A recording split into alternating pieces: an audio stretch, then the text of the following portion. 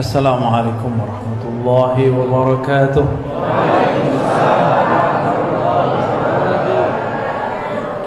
Alhamdulillahirabbil alamin. Hamdal hamidin. Hamdal mustaghfirin, hamdal dzakirin. Hamdan yuafi ni'amahu wa yukafi'u mazidah. Ya, mari kita mulai dengan baca surah Al-Fatihah. Iya, kenal ya.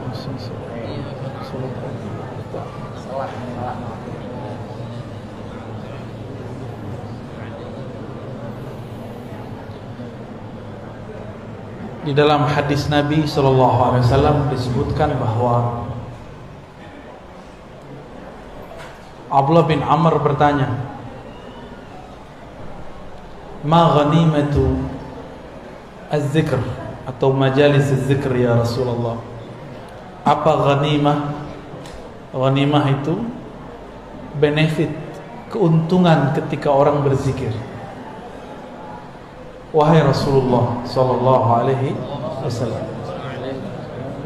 Lalu Nabi sallallahu alaihi wasallam mengatakan, Al-jannah, al-jannah, surga, surga. Oleh karena itu orang-orang ahli zikir disebut orang-orang yang sedang bertani di kebun-kebun surga.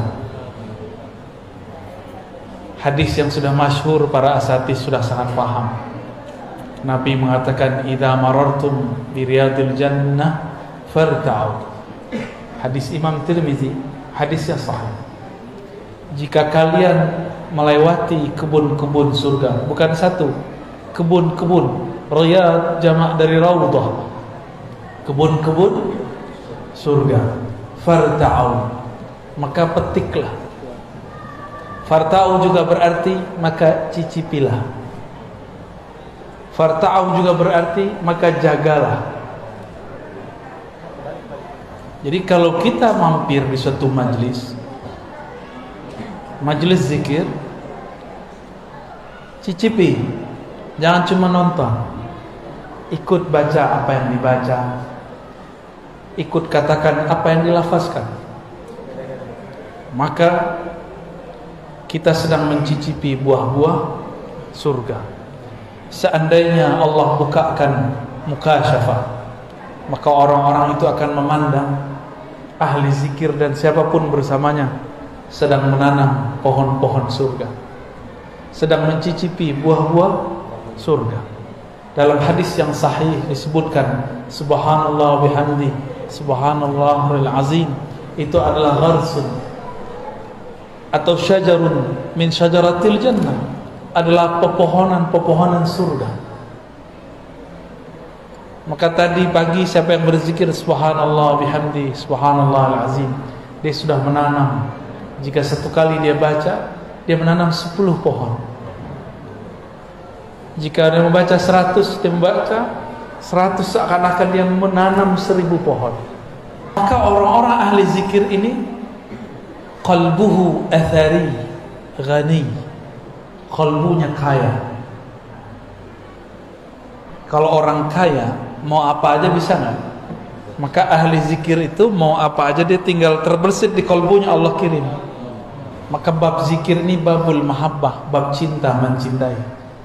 Seseorang akan menikmati zikir jika dia cinta kepada yang dizikirkan. Bapak Ibu karena cinta datang jauh-jauh hari, datang dari jauh-jauh tempat untuk bertemu orang yang dicinta. Kenapa terasa kemudian ringan? Karena kita cinta. Nanti di surga perjalanan jauh, ada satu pohon baru bisa ditembus dengan 100 tahun perjalanan. Ya, tapi hanya bisa ditembus oleh ahli zikir sesaat. Itulah pohon yang disebut tuba. Tuba liman ra'ani wa amana bi. Tuba dapat keagungan, kelembutan, keharuman, naungan pohon-pohon surgawi. Bayang-bayang pohon ini sudah terasa sampai ke dunia. Siapa yang menghidupkan majelis zikir, maka di rumahnya, di jalannya, di masjidnya, di halaqahnya, di suraunya, itu akan ada bayang-bayang pohon tuba. Tapi inti dari tempat surga itu, tempat surgawi, bukanlah fisik, bukanlah masjid dengan bangunan yang megah, tapi ada sosok yang kolbunya senantiasa menyebut nama Allah.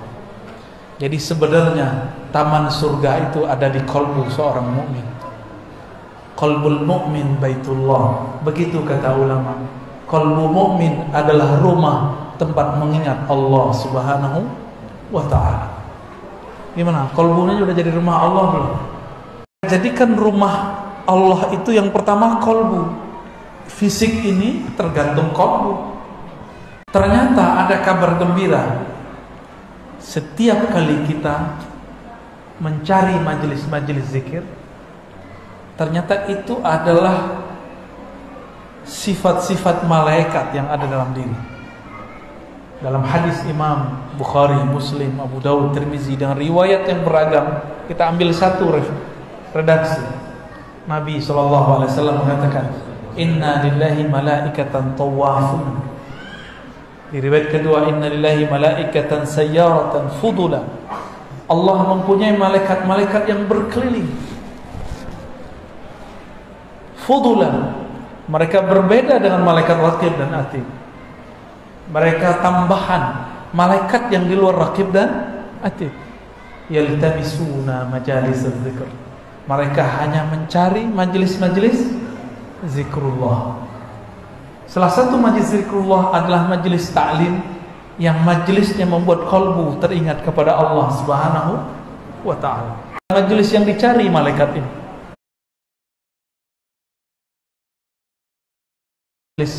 yang kalam murabbinya, gurunya, syekhnya, tuan gurunya mengingatkan kita kepada Allah Subhanahu wa ta'ala. Satu malaikat dicipta, Allah kasih kepadanya satu zikir, atau dua zikir, atau tiga zikir, atau banyak zikir. Yang paling banyak adalah Sayyidina Jibril. Sebenarnya di samping Sayyidina Jibril dulu ada namanya Azazil, dia juga banyak zikir. Cuma sayang, dia berzikir dengan nafsu, ingin jadi wali, ingin jadi orang sakti, ingin jadi orang terbaik dengan zikirnya. Maka kemudian dia dipecat dari kalangan malaikat. Jadi malaikat ada yang dipecat. Itu Azazil. Ada yang Harut Marut. Itu baru beberapa kisah malaikat. Masih banyak malaikat-malaikat yang lain. Tapi si Azazil diangkat untuk bisa memimpin surga, itu juga karena zikir.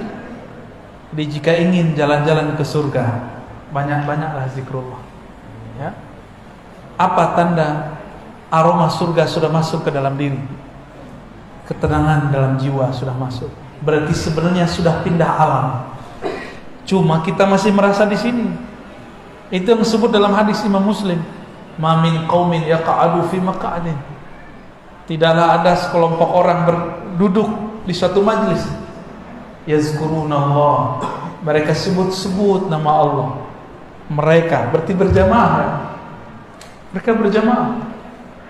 Kecuali hafat bihimul malaikah. Maka malaikat yang tadi yang disebut malaikat sayyarah, malaikat yang mirip seperti mobil, cuma dia bersayap, terbang kemana-mana, hafat, akan menghubungi mereka. Dalam hadis Imam Muslim dikatakan, mereka antri berlapis-lapis sampai ke langit sana. Jadi kalau makanya tadi kita buka kajian yang Fatihah, itu cara menghimbau malaikat tadi. Mereka lagi banyak tuh sampai ke atas. Apabila mereka ketemu, maka dia berteriak kepada malaikat yang sedang mencari di ujung bumi sana. Halummu ila hajatikum. Ayo, ini tempat hajatmu, tempat orang berzikir. Itulah yang disebut ahli zikir itu masyhur di kalangan malaikat. Baru dia masyhur, viral di YouTube. Ngapain viral di YouTube kalau nggak masyhur di kalangan malaikat di alam malakut? Jadi channel malakut dulu terkenal, baru channel YouTube. Ya, YouTube nggak masuk ke alam, itu alam maya itu. Tapi kalau malakut, di sana ada zikir berlapis-lapis. sampai ke langit pertama, kedua, ketiga, keempat, itu malaikat zikir semua. Jadi Nabi ketika dinaikkan ke atas, beliau mendengar ada malaikat berzikir, subhanallah bihamdihi subhanallahil azim. Diturunkan jadi zikir pagi sore, jadi zikir yasinan. Jadi kita zikir begitu sedang meniru para malaikat. Maka ini kabar gembira bagi teman-teman, sahabat, bapak, ibu yang datang ke majelis zikir. Berarti nur malaikat dalam diri kita sudah hidup dan sudah aktif. Bedanya kita tidak bersayap, mereka bersayap. Kita masih butuh makan, mereka enggak butuh makan. Ini hari aktif, jam kerja. Kita meninggalkan kerjaan untuk mencari makan karena ingin memberi makan kepada qalbu dan ruh. Maka Allah bertanya kepada malaikat ketika dia naik, padahal Allah lebih tahu apa yang terjadi sebenarnya. Wahai malaikatku, sedang apa hamba-hambaku engkau tinggalkan? Apa jawaban mereka? Yukabbirunak, mereka sedang memuji engkau. Yumajjidunak, sedang membesar-besarkan engkau. Yuhallilunak, sedang mentahlilkan engkau. Itulah dalil tahlilan. Yuhallilun, mereka bertahlil. Dan tidak disebutkan di hadis itu tahlil mau acara apa, bebas. Yang penting tahlil. Mau tahlil lagi kematian, mau kehidupan, mau kelahiran, mau syukuran, terserah. Mau ba'da sholat, di luar sholat, tidak ada pembatasan. Allah tidak membatasi. Kenapa ada orang membatasi? Maka selamat jadi ahli tahlilan. Bukan hanya bawa berkat. Berkat itu cuma untuk perut. Nama kita disebut-sebut di sana. Apa kata malaikat? Si fulan, walaupun dia ngantuk-ngantuk, dia zikir ya Rabb. Si fulan, dia tinggalkan kerjaan ya Allah untuk menghadiri majlis ya Allah. Si fulan, istrinya ngambek ya Allah karena suaminya suka majlis ya Allah. Si fulan, itu diadukan semua ke Allah. Disitulah Allah ridho kepada hambanya. Ya, selamat antum berpolemik di rumah. Kalau sudah jadi ahli zikir, sudah suka majelis zikir, harus lebih sayang kepada pasangan. Kok boleh galak kalau pulang. Kalau pasangan kita bilang, keluar mulu, jangan diketusin lagi. Dia sudah kesepian. Ya, ekspresikan sayang kita kepada hamba-hamba Allah. Pertanyaan pertama kali kepadanya. Ahli zikir harus lebih sayang kepada pasangannya daripada orang yang tidak suka berzikir. Karena Allah mengatakan, irhamu fil ard yarhamukum man fis sama. Sayangi yang di bumi, sayangi maka engkau akan disayangi yang di langit. Lalu bagaimana cara menikmatinya? Kalau ada gelas, ada air, tapi di gelas itu ada kotoran, bisa nggak saya menikmati air? Maka cara pertama menikmati zikrullah, bersihkan tempat minumnya, bersihkan mulut kita, anggota tubuh. Berani nggak kalau lagi junub masuk masjid? Imam Ibnu Athaillah As-Sakandari, penulis hikam, menyebut orang yang lalai zikrullah disebut junub ruhani. Dan itu harus ditobatkan. Astaghfirullah. Istighfarnya bukan dari dosa zahir, istighfarnya dari dosa lalai kepada Allah Subhanahu wa taala. Kalau orang awam menganggap zikir itu sunat, enggak. Kalau bagi ahlul haqiqah, zikir itu wajib. Karena dalilnya, wala takun minal ghafilin. Surat Al-A'raf ayat 205 ya. Janganlah engkau menjadi orang yang lalai. Berarti lalai itu haram. Lalai itu haram. Maka ulama kita buat teknik zikir. Ada zikir 1000, 100, 1000, 5000, 70.000, sampai zikir tidak ada hitungan lagi.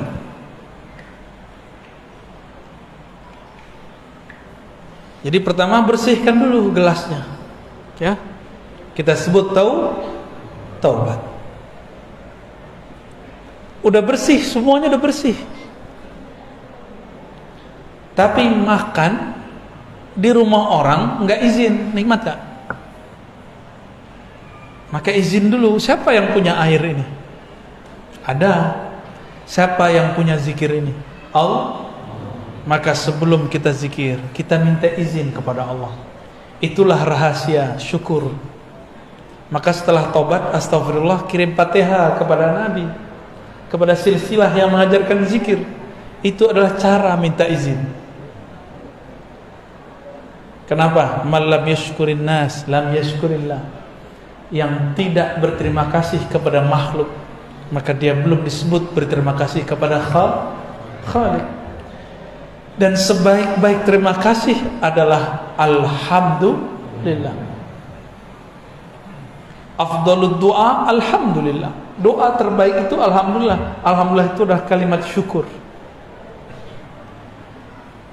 Sering gak kirim Fatihah untuk guru? Sang Maha Guru Rasulullah sallallahu alaihi wasallam, kirim untuk beliau. Terkhusus untuk Nabi ditambahkan salawat. Hadirkan, hubungkan kolbu kita dengan kolbu Rasulullah sallallahu alaihi wasallam. Akal kita dengan akal Rasulullah, lisan kita dengan lisan Rasulullah, jasad kita dengan jasad Rasulullah.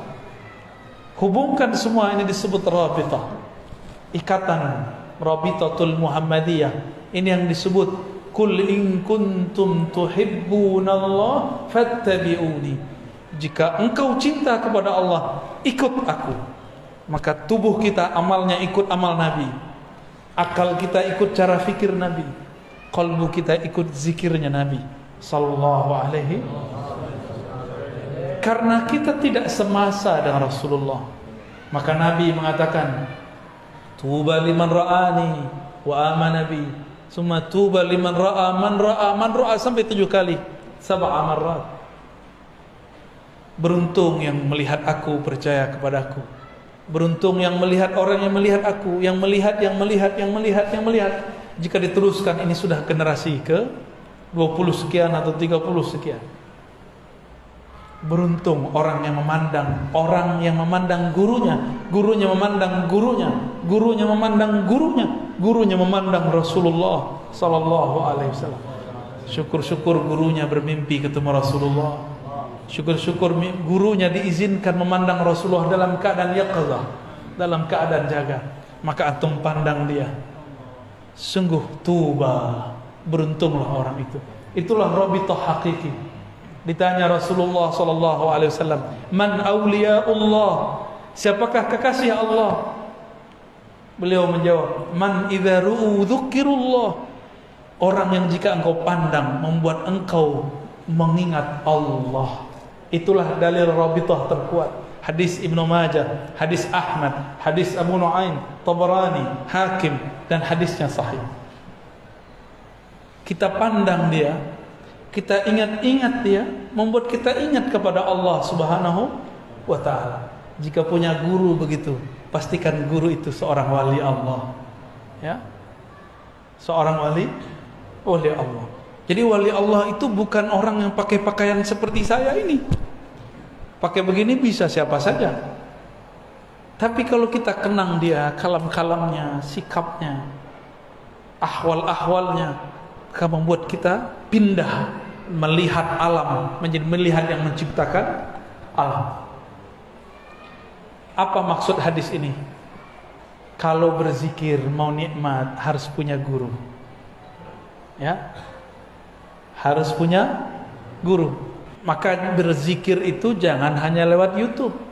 Carilah guru di tempat kita yang ahli zikrullah. Ya. Sudah berapa tuh? Pertama taubat, kedua izin dengan cara bersyukur, terima, kita berterima kasih, kirim. Yang ketiga tadi sholawat. Yang keempat itu meluruskan niat. Niat itu tergantung kenal kepada yang dizikirkan. Jika kenal kepada Allah dengan sebenar-benar makrifat, kita akan zikir karena dia layak dizikirkan. Tapi kebanyakan orang awam kenal Allah. Allah itu tempat ngadu, boleh. Allah ini tempat menunaikan semua hajat, boleh. Tapi itu awam. Orang awam itu kalau dia zikir cuma karena ada hajat. Nggak ada hajat dia nggak zikir. Padahal kita setiap saat berhajat kepada Allah Subhanahu wa ta'ala. Sekarang coba kalau datang ke guru nggak nanya begitu. Nanya gimana? Ustaz, tolong bimbing saya supaya sholat khusyuk. Ustaz dia bingung, sholat gua juga belum khusyuk. Ustaz, bimbing saya untuk menjadi ahlullah. Gitu kalau datang ke ustaz. Berarti niatnya sudah sahih. Itulah yang disebut ilahi anta maqsudi wa ridhaka matlubi. Ya Allah, hanya engkau tujuanku. Berarti tujuan zikir bukan pengen sakti, bukan pengen dapat duit banyak, bukan juga pengen cari ketenangan, bukan pengen cari khusyuk, enggak. Nanti antum zikir enggak khusyuk, enggak mau zikir lagi. Ya. Jadi jangan belajar zikir karena pengen ini. Zikir itu karena supaya Allah ridho. Ridho artinya rela. Yang penting Allah rela sama kita. Allah kalau sudah ridho, hambanya ini pendosa dimaafkan. Tapi kalau Allah belum ridho, walaupun antum itu sholat sehari 700 rakaat, itu tidak diterima.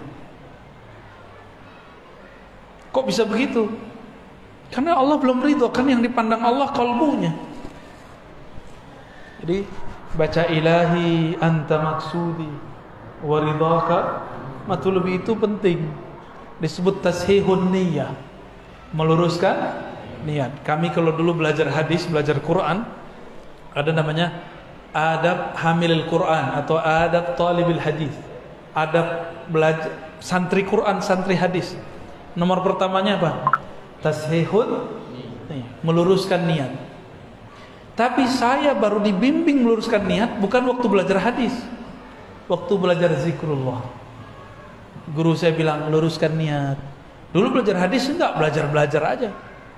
Walaupun kita diajarkan adab-adabnya, tapi tidak diajarkan melafazkannya. Diajarkan guru zikir, nikmat tidak nikmat ridho. Khusyuk tidak khusyuk tetap ridho. Bisa nggak begitu? Zikirnya tetap jalan meskipun tidak terasa nikmat. Kenapa zikir tidak terasa nikmat? Az-zikru syifa'un. Zikir itu obat. Obat itu untuk yang berpenyakit.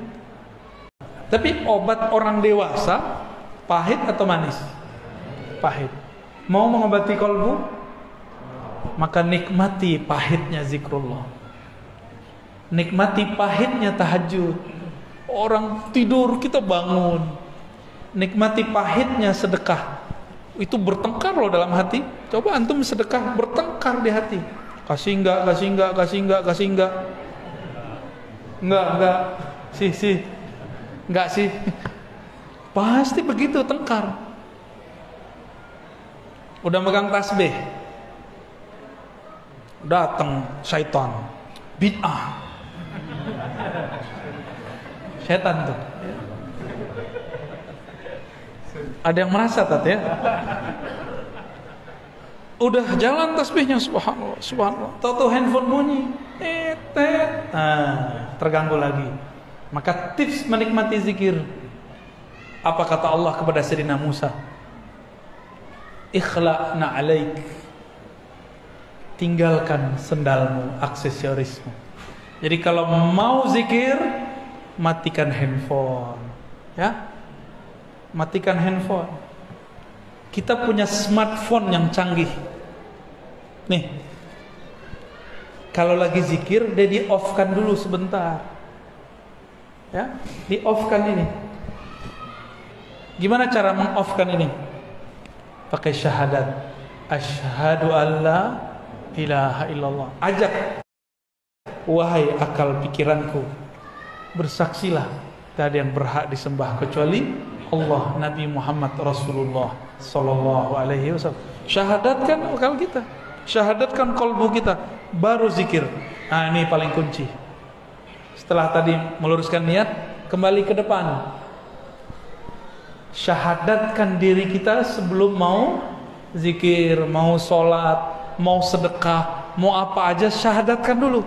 Siapa tahu ketika kita selesai sholat, terus kita keluar, terus kita mau sholat lagi, pernah terjebak kepada kekufuran, kufur yang tidak terlihat.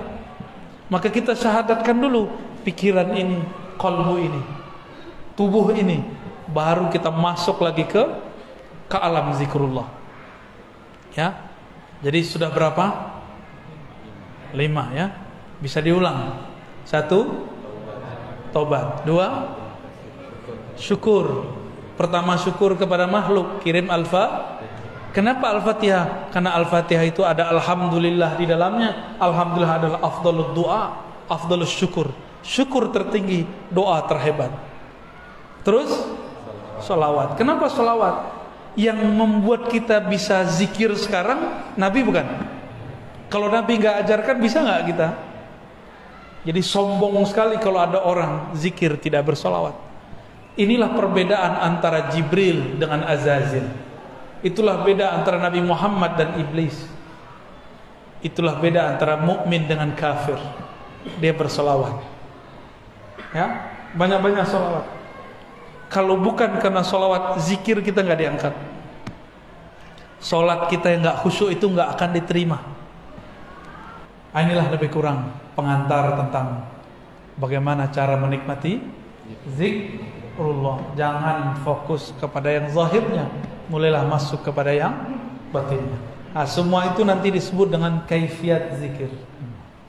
Coba tanya semua mursyid, semua guru, yang saya jelaskan itu nanti ada pada mereka. Cuma beberapa mursyid kadang tidak bisa menjelaskan ini itu kaifiat, mana dalilnya. Ya, mereka cuma tahu dalil merasakan zauq. Cobain, rasain, itu dalilnya. Ya, itu dalil mereka. Sebenarnya dalil itu lebih kuat. Sayangnya orang awam kadang-kadang tidak faham. Ya, barangkali itu dari kami.